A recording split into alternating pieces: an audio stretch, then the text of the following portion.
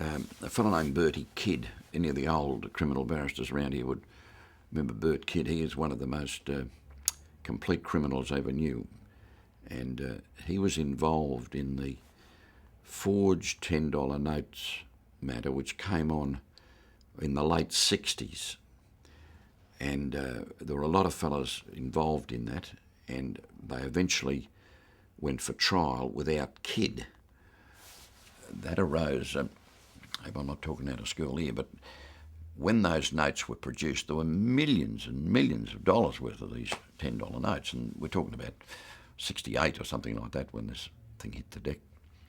And these fellas were all tried, and they were all convicted and got significant jail sentences.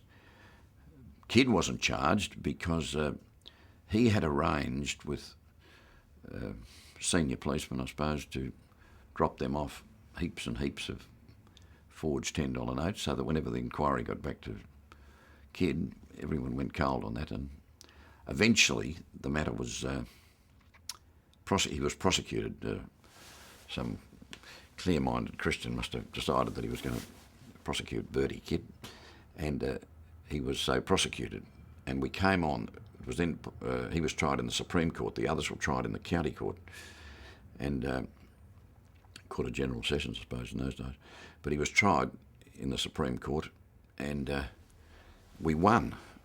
And we shouldn't have won because the evidence was overwhelming, but for some reason the Commonwealth did it, and I've got a theory about the Commonwealth. If you've got no defence but the Commonwealth are prosecuting, it's worth running the trial, because they decided to call two witnesses who were handwriting experts.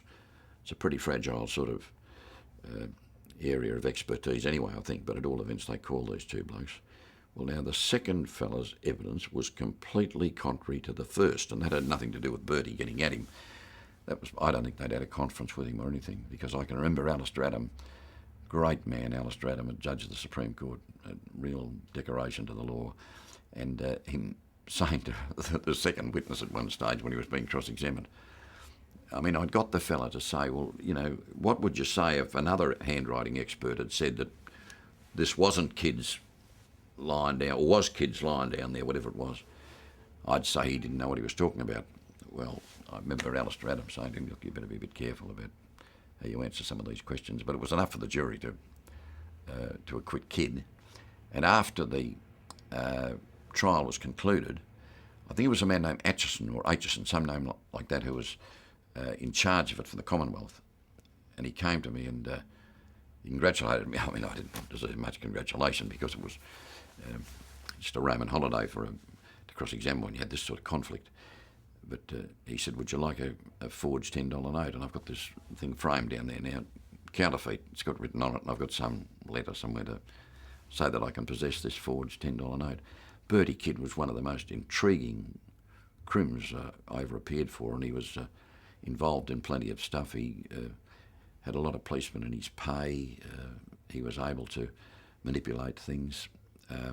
I heard recently that he's currently in jail in Queensland doing some lengthy stints. One of the escapades must have gone wrong, but he was really able to do things without getting into much trouble. He was a great safe blower, great safe cutter, and I remember him telling me once there was another crim named Bertie Thomas who was involved in the same sort of enterprise.